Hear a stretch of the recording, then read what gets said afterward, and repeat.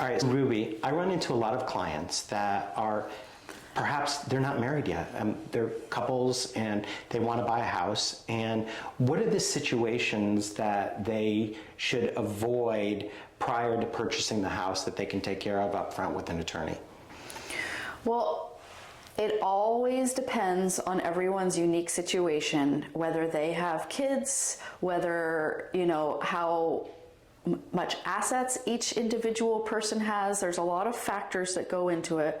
But I would say on a general basis, if there's two individuals buying a house together, they will want to make sure, number one, that they have a really solid partnership agreement between them that lays out exactly what their arrangement is. And I suspect you could probably help them with that. I could help them with that, because that covers if anything happens to one of the people. They're not there to tell everybody else, hey, this was our agreement. It always needs to be in writing.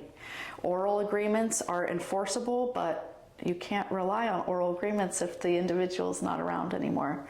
And then the other thing is how you're holding title. So of course, as an estate planning attorney, I'm going to say each of these individuals needs their own trust. And then this deed is held 50-50 as tenants in common, and they each hold their share in the name of their trust. And that way it ensures that their share goes to whomever they choose. Now, some people, when they do this, especially if they're in a partnership or, they want the other person to be the heir, a quick, dirty way is to hold it as joint tenants.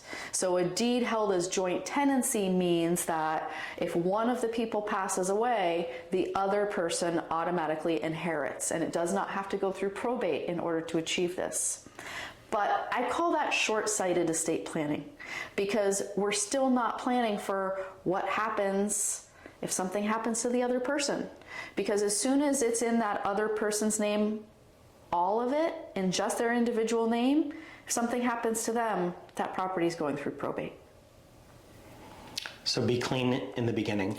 Be very clean in the beginning, and it's just so important to have those agreements in writing at the very least. Even if you go into it and you want to own property together and you want to just keep it simple and do joint tenancy, as long as you understand the pitfalls that somebody could still end up going through probate, but at the very least have that partnership agreement between you that's showing who was responsible for the down payment, who was responsible for taxes and maintenance and upkeep. All of those details are very important. This has been pretty amazing.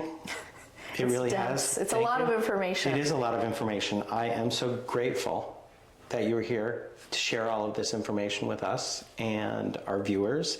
And thank you very much for all of this and taking the time to drive all the way over here from Sevastopol. And I'll see you on the pickleball courts. Awesome. Thank you so much, CJ. You're welcome. It was really nice to be here, and I'm really happy to be able to share this information with people, because so many people walk around with misconceptions about things, not really understanding things completely, and then basing really big decisions on those misconceptions can land your friends and family in court and conflict, and that's what we want to avoid. Yeah. So thanks again for having me. All right, we'll have contact information for Ruby down below. Thanks for following us. Cheers. Bye.